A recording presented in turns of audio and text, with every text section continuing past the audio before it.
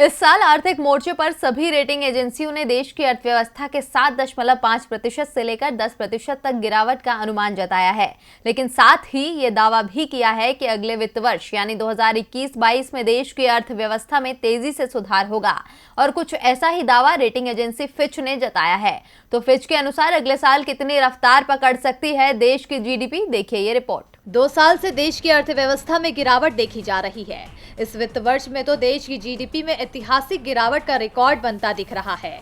स्वास्थ्य मुसीबत के चलते देश में सब कुछ बंद हो गया था। सरकार ने जीडीपी को संभालने के लिए 20 लाख करोड़ के आर्थिक पैकेज का ऐलान भी किया, लेकिन इसका कोई खास असर नहीं पड़ा।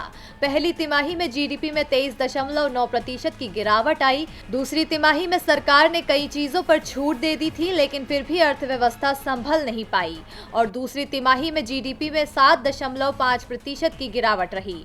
आरबीआई और सांख्यिकीय मंत्रालय का अनुमान है कि वर्ष 2020-21 में देश की जीडीपी में 7.5% से 7.7% तक की गिरावट रहेगी, जबकि रेटिंग एजेंसी फिच ने 9.5% तक की गिरावट का अनुमान लगाया है। लेकिन सभी आर्थिक रेटिंग एजेंसियों ने 2021-22 में देश की अर्थव्यवस्था में सुधार के संकेत दिए हैं। फिच ने 2021-22 में भारत की जीडीपी में 11% की तेजी का अनुमान लगाया है, लेकिन भारत में अर्थव्यवस्था की ये तेजी बरकरार नहीं रह पाएगी और 2022-23 से 2025-26 के बीच ये 6.5% के आसपास रहेगी।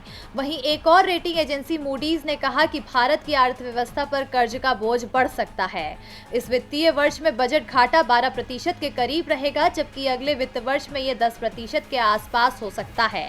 ये घाटा कर्ज लेने के कारण हुआ है। सरकार इस वित्तीय वर्ष में पहले ही 7 लाख करोड़ से ज्यादा का कर्ज ले चुकी है। स्वास्थ्य मुसीबत के चलते राजस्व में कमी आई है, जिस कारण से सरकार को कर्ज लेना पड़ा है। डीबी लाइव की रिपोर्ट।